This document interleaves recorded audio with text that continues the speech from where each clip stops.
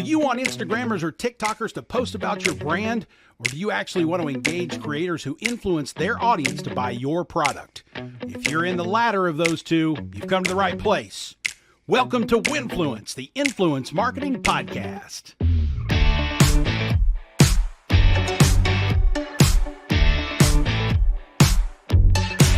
Hello again, friends. Thanks for tuning in to Winfluence, the Influence Marketing Podcast. We've had a couple of episodes and conversation in the past that talk about gamers. The online video game industry is worth billions of dollars. Its content creators have some of the most captive audiences in any medium. Twitch is one of the biggest and most impactful social networks, and it is dominated by video gamers who live stream themselves playing video games. And yet, this behemoth of a segment is still a mystery to most of us in the influence marketing space. Some consumer brands have played on Twitch and sponsored various gamers to some degree of success, but the businesses and agencies that succeed with the gaming segment are almost always the video game companies themselves. It's like gaming is some sort of nerd herd stratosphere few of us are able to find entry to. Emilee Helm is the head of influencers for a company called Gamesight. It is an agency that focuses on helping video games and their parent companies market their products, and tapping into influencers is a big portion of what they do. But Gamesight does more than that. It monitors and ranks top Twitch channels as one example. In fact, data is one of the company's leading propositions. They track and measure things I'm not quite sure can be measured adequately. Imagine my delight when Emilee agreed to come on the show. Today on Winfluence, Emilee and I are going to dive into this cryptic world of gaming and gaming influencers, learn about what Gamesight has that other agencies and influencer marketing firms don't, and see what doors open to that world, plus which ones we can kick open wider by taking some of that expertise and applying it to our brands and campaigns. Emilee Helm from Gamesight is coming up on Winfluence. As always, this episode of Winfluence is presented by Scipio.ai. That platform helps brands transform their digital marketing with UGC videos and images at scale. Why do we do that? Well, Shopify data shows user-generated content quadruples your ad click-through rates. UGC drives as much as 7 times more engagement on social media. UGC improves website conversions by as much as 29% and email click-through rates by as much as 73%. UGC is also more trusted by consumers than even traditional influencer content. Scipio.ai plugs you into your own community of users who create great content or a more broad set of content creators and helps you engage them to do it for your brand. Your digital marketing performs better. You don't have to go looking for content to use for paid or owned campaigns, and Scipio has a team to manage it all for you if you'd like. Come see us at Scipio.ai if you want me to personally show you the platform and how we can solve your digital marketing performance problems with highly performing UGC. Just go to jasonfalls.co/Scipio. Fill out that form. I'll personally set up a time to chat with you. And we have a new ad creation solution I can't wait to show you. Imagine taking hours out of your ad production time. Seriously, let's connect so I can show that to you as well. That's jasonfalls.co/Scipio. Scale your UGC and solve a whole bunch of content problems for paid and owned campaigns for a surprisingly reasonable price. jasonfalls.co/Scipio. Twitch, gamers, and influence in the virtual world. Emilee Helm from Gamesight is next on Winfluence.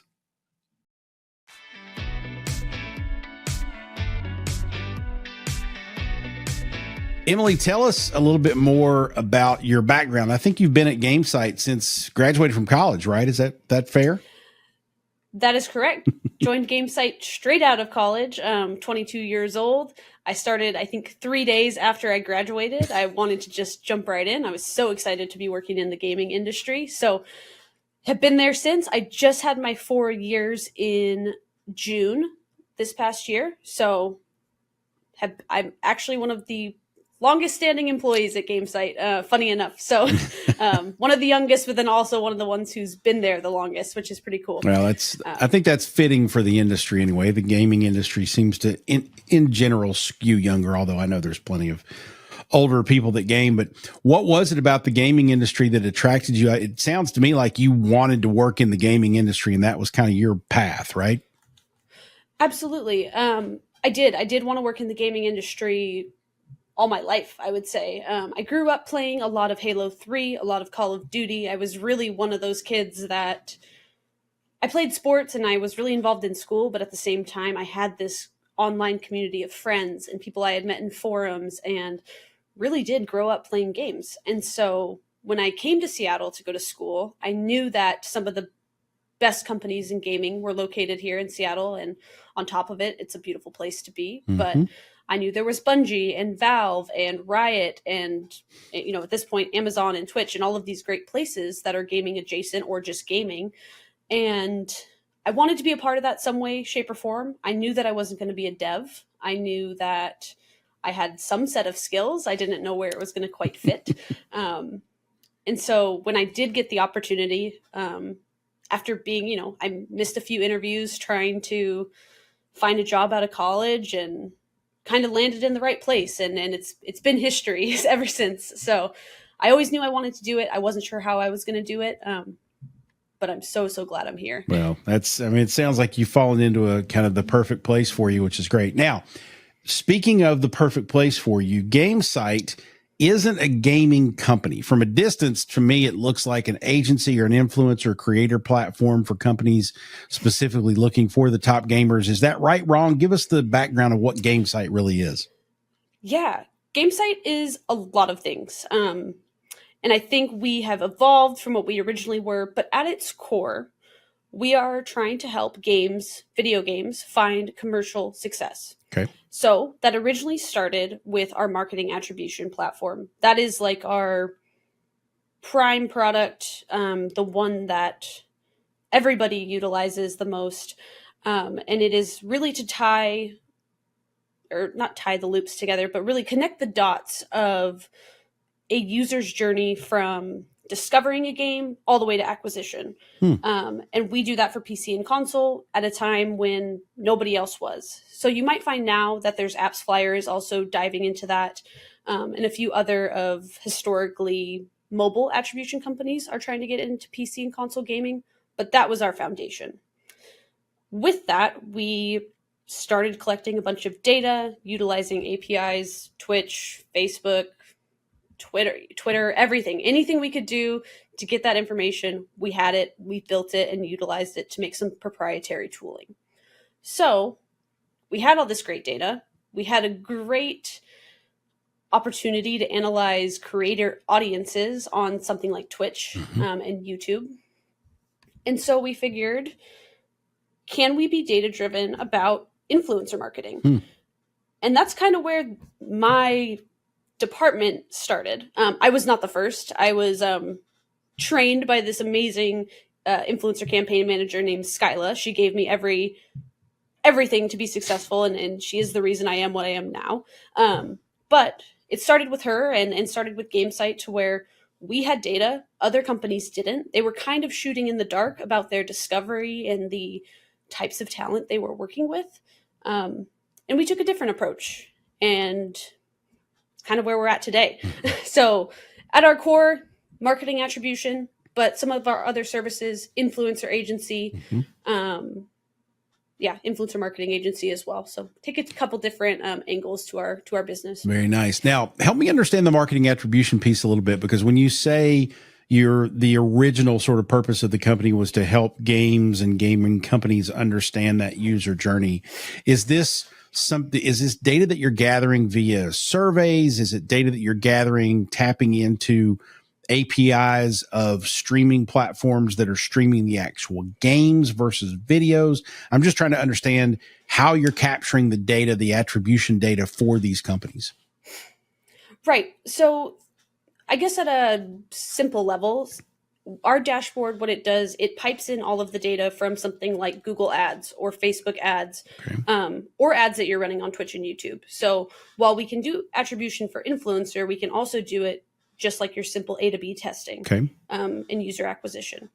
But what makes our product unique is we're looking at A to B, we're telling you what's working, what's actually driving installs, and then, we're iterating on that. And then we can tell you, hey, A's not working.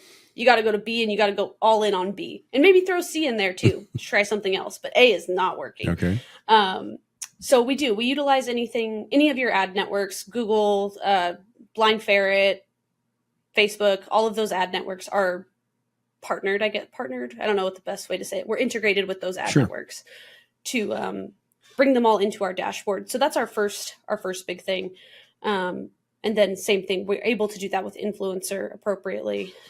So that's fascinating. So and then when you integrate the information and the data that you're looking at from influencers, when I think of, okay, we're going to find the top gaming influencers on a given social network, Twitch is, you might as well be, talking in hieroglyphics to me, because Twitch is something that I've played with, but I'm not there. I don't spend a lot of time there, so I don't understand it very well. So I would love your insight on, what you're looking at when you look at Twitch data. What are you looking at in terms of who are the top creators? What data indicates that someone is going to be influential? But then I think you guys also do that, because I've seen you, I've seen some examples, and I'll ask about this a little bit later, of where you've had campaigns where you found the top TikTok creators or maybe even Instagram creators, but that's not a platform where they're streaming about games. So tell me, within these social networks, what data are you looking at to say, okay, this is someone who could be impactful for this particular property? Of course. Yeah, the data that we look for, while things like followers and view count might be really pleasing to the eye right off rip, those aren't the things I would say that we're necessarily always looking for. Okay. Of course, we're looking for some level of viewership, depending on the goals of a campaign, right? If you're doing an awareness campaign, of course, all you want is views, and you want to get that out to as many people as possible. But in general, we are looking at what type of content that, especially on Twitch in particular, what type of content the creator's audience is engaging with. And if they veer away from that content, are they engaging with, is their audience staying, or are they leaving? So not only does it maximize your ad spend, knowing that you're paying for the audience to show up, but then you're also maximizing the odds that you actually convert, because you know that they're interested in the product you're advertising. And that's really our approach. It's analyzing the audience and seeing, from game A to game B, does this content creator lose half their viewership? Do they only lose 10% of it? Do they gain their viewership when they change it? So those are things that we kind of weigh really heavily when it comes to selecting influencers. On something like TikTok, like you said, it's not streaming. It's not, honestly, we don't even have that same level of data to get that granular. Right. So I would say it's a little bit more, really it is experimental. I think TikTok as a whole right now is experimental. Mm-hmm. So trying to make those same exact judgments of how much of their audience really does engage with sci-fi content or lifestyle content versus this person doesn't really make a lot of content that suits anything gaming. It does. It really has to be through the specific lens of what your goals are. Otherwise you probably won't perform the way you want to perform. Right. So Twitch is definitely more straightforward. Twitch and YouTube are definitely more straightforward, but TikTok is just that anomaly that I think we're all trying to figure out. Yeah. I get the sense that, and I wish I had more experience with Twitch and or with, gaming, so that I could understand Twitch a little bit better. Even though it's not exclusively a gaming platform, but it sounds to me like Twitch has a pretty open API. You're able to get in there and get some really good information, it sounds to me. Is that right? Yes. The data is really, really ripe for the picking on Twitch. What we've had to do is manipulate that and make it work, of course, and that's what makes it, proprietary. Mm-hmm. But the data that we're able to access is very, very valuable. So just about anything a streamer could get, as far as like how many viewers they got, what was their peak viewership, did they have drop off? We're collecting that same data.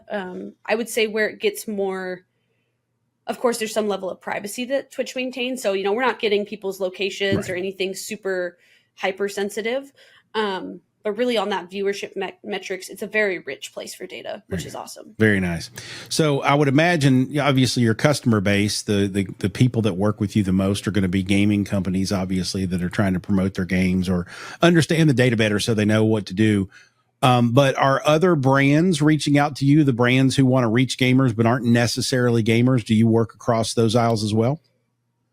Yeah, we definitely work across those aisles, and that's something we have actually intentionally tried to grow this past year in particular.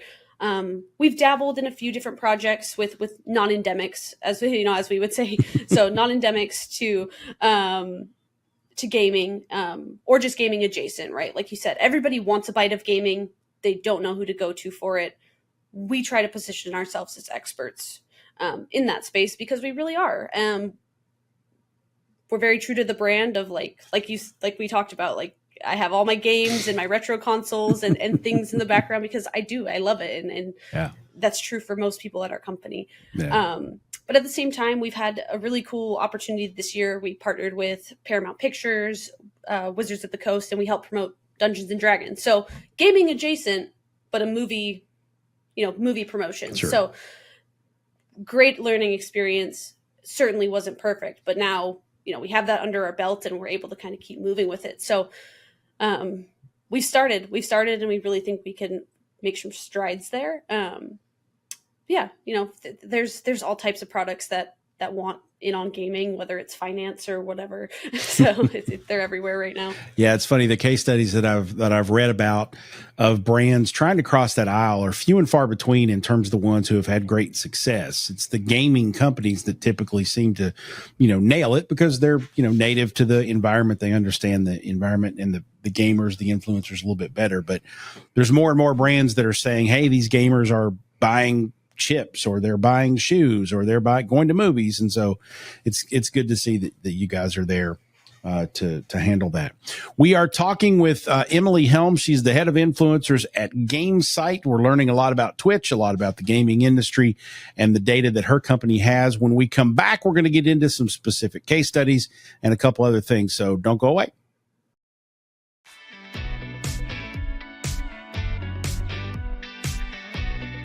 Welcome back to Winfluence, talking a lot about gaming today with Emilee Helm from Gamesight. And Emilee, we were talking before we started recording, and I want to kind of loop back to this. You guys activated TikTok creators around The Expanse recently, which is a new game. I think it came out in late summer. Tell us about how you did that. What was the campaign about? How did you identify the TikTok creators, and what did the campaign entail? Certainly. The Expanse was a unique project because it was 100% focused on TikTok. And as we've talked about, that is certainly not our bread and butter. It's not what we would say we specialize in, right? TikTok is a very new platform. So with The Expanse, we knew that we were coming into a brand that had established itself outside of gaming. It was a notable IP. It was recognizable to people outside of the gaming space. We knew that we had to go bigger, and I think also to the publishers' credit too, they knew that was their goal as well. So they partnered with us to help them do that. Part of our process looks so activating gaming creators on TikTok is a pretty difficult process, and so sometimes that discovery looks like, well, let's find out who on Twitch or YouTube or Facebook Live or wherever is making the type of content we're looking for. Mm-hmm. And then doing that next layer of, well, do they do short form? How does their short form perform? And it's several layers and several iterations of the same list review, but it's kind of how we get down to the nitty gritty as far as targeting goes. So that was our initial process, was taking a look at who was making the type of content we wanted them to make. How did it perform with their audience? Like I mentioned previously, analyzing that Twitch data, seeing whether or not there was drop-off, high engagement, et cetera, and then taking that over to TikTok. This one was also really unique because it was all awareness, right? We wanted to make sure we were making something bespoke and something that was very appealing to the eye. And so we did a lot of boosting with that one too. I would say TikTok is best utilized, at least in my experience so far, when brands pay for like the usage rights of content. And I think that's typically a pretty taboo thing. You know, when I do most of my negotiation, it's usually like, oh no, there's no usage. Don't worry. We don't have to do all these extra steps to really get this over the line. But on TikTok, it's almost the opposite. On TikTok, you want to fight for usage rights, even if it is for 30 days, because it allows you to kind of make that content and plaster it everywhere you want it to be, instead of leaving it up to the algorithm. Yep. And so that was really our approach with The Expanse, getting really high quality pieces of content that we enjoyed that would do well on the creator channel, and then boosting it so that everybody could see it. And that's been our approach, and I think it's finally wrapped as of last couple weeks. So can't wait to see the final results of it all. But it's so far been really well received, and outdone our view expectations, which is great. Now, in this campaign, you're dealing with gamers who are also on TikTok. I'm curious if you would say, in your experience, that a gamer who is an influencer, whether they're on TikTok or whether they're on Twitch or YouTube or wherever, is there something inherently different about a content creator or an influencer in the gaming space versus more of a mainstream content creator? Because it seems to me they're two different worlds, and I'm just having a hard time parsing out what the differences are. I think there is definitely a difference. I would say not as, like, there's not a hard line, right, in that difference. I think almost that these two spaces are siloed from one another. Like, you really do. Like, you have your YouTubers that are really notable and recognizable. Then you have your Twitch streamers, and those two might never cross paths unless they really intentionally make an effort to take their Twitch content and package it for YouTube. And what you find are the creators that live stream that are repurposing their content either for short form YouTube and live stream, that are making bespoke pieces for each platform. Those are the ones that tend to be your top talent, right? And those are your Ludwigs of the world, your Alpha Rads, folks that are doing things unique outside of just being live and just reacting or playing games or whatever they do. And so they're a little bit different because live streaming, it is always on, right? It's kind of an always on thing. And so growth has to be done outside of your live stream. It has to be done on TikTok. It has to be done on YouTube. And really, to market themselves, they have to put in extra effort. Otherwise, they'll never see that number go up. It's a really interesting space. Yeah, I mean, ultimately, I don't think they're different than like YouTubers or people that aren't necessarily doing gaming. I think it's more of just what is successful and how their journey goes. Yeah. But yeah, they're certainly different from, our lifestyle creators or maybe folks who are just native to one platform, whether it's YouTube or TikTok or whatever.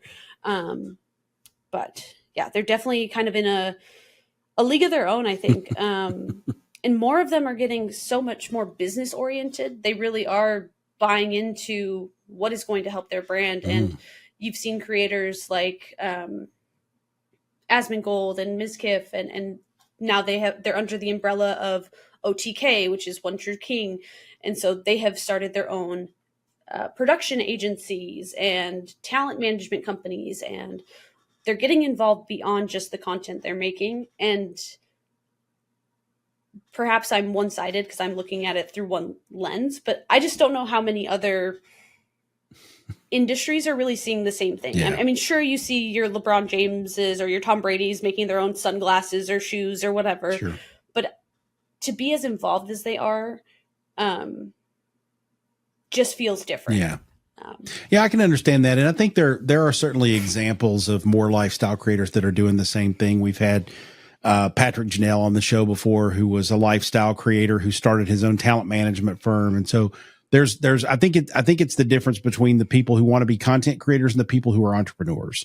or have that entrepreneurial spirit. They see something bigger that they want to go after that's beyond just their one thing. And I think that it probably exists everywhere. The one thing that I know, and I'd love to hear your thoughts on this too, the one thing that I feel like, or I guess I think I know this because I've watched enough Twitch streamers to understand what they do. Just because of the Twitch platform, I think those live streamers, probably more so than Facebook Live or even Amazon Live or any of the other live stream platforms, Twitch streamers seem to me to have a much tighter hold and understanding of their community, of their viewers as a community, because the platform is set up so that they are gaming and having conversations with the community live and in an active way. I wonder if you see that and you think that's a distinction between someone who live streams on Twitch versus someone who does an Instagram live, where just on the phone, the mechanism alone is problematic because you can't keep up with everything. Absolutely. And I think you kind of nailed it. We talk about this a lot with brands, but really it does reign true. Whether you have 50 viewers or 20,000 viewers, you've cultivated what's almost this like sacred space on Twitch. It's very clear if an outsider comes into a 30,000 viewer stream and they say something silly and everybody's like, you obviously must be new here. Because it's a constant conversation. And it's like anything. You're here. It's been a while since I've seen you. Thanks for renewing your sub. You're so familiar with your streamer or with your content creator that you enjoy watching that it's micro communities on this huge platform. Mm-hmm. And so, yeah, it can be hard. And I think that's what makes advertising unique on Twitch. I think that's what makes Twitch unique in itself. Because you're stepping into spaces that are otherwise pretty established, and folks don't like that to be infringed upon, right? Like they come for business as usual. So I think that's why we are really keen on being intentional about the type of content we're having streamers or influencers work on, because we don't want to infringe on that sacred space. And I think that's what's been really cool to watch about Twitch is that in the same light too, you see creators who are like, hey, we have a sponsor today. We are doing this. Yeah. And I took this on for you guys because I thought you would be interested in it. And it's that ownership, while the chat as its entity doesn't own anything. Mm-hmm. They know that they are the reason the streamer is who they are and they're successful. And that respect is really mutual on Twitch. And I don't know if that's really true, like you said, on something like Instagram or TikTok Live or whatever. Yeah. But yeah, Twitch is really unique in that way. And I think sometimes to its own fault, but it's a really cool space like that. Yeah. It's fascinating when I've seen Twitch streamers bring a sponsor to the table. They almost have to be, because the community will hold them to it. They have to be very transparent. They have to be very genuine. And there has to be alignment between the client, the advertiser, and the streamer and their community. Because if there's not, it's obvious. It's just like, oh, you're just taking money. And they're going to get called out for that very, very quickly. Whereas on other platforms, I think in at least in the mainstream lifestyle, beauty, whatever, fashion influencer world, I think consumers understand, hey, they've got to make money, and this is a way they do that. So they're going to drop a sponsor here. They're going to do a sponsor post there. I think on Twitch, if you do something like that that's not really aligned and genuine for the community, you're going to get called out real fast. And live too, yep. Right? I mean, I'm sure there's horror stories, and I know that there's horror stories of sponsors gone wrong in the moment. And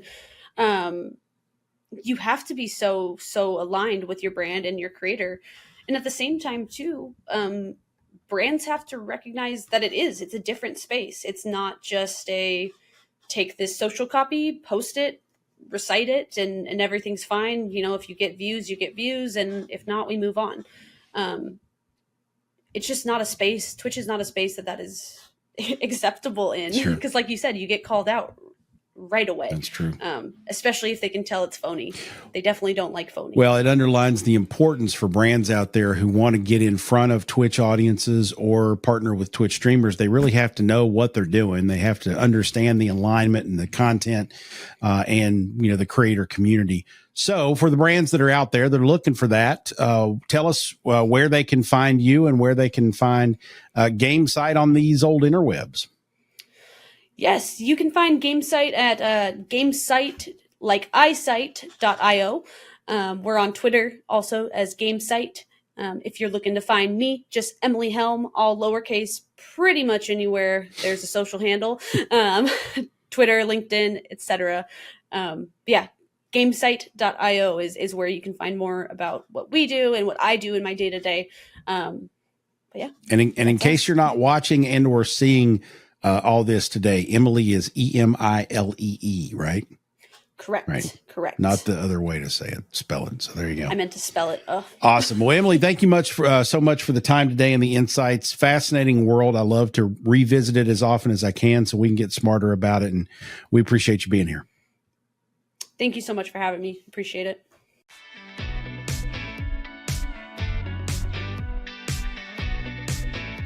The more I learn about the gaming world, Twitch streamers and the like, the more I realize I don't know.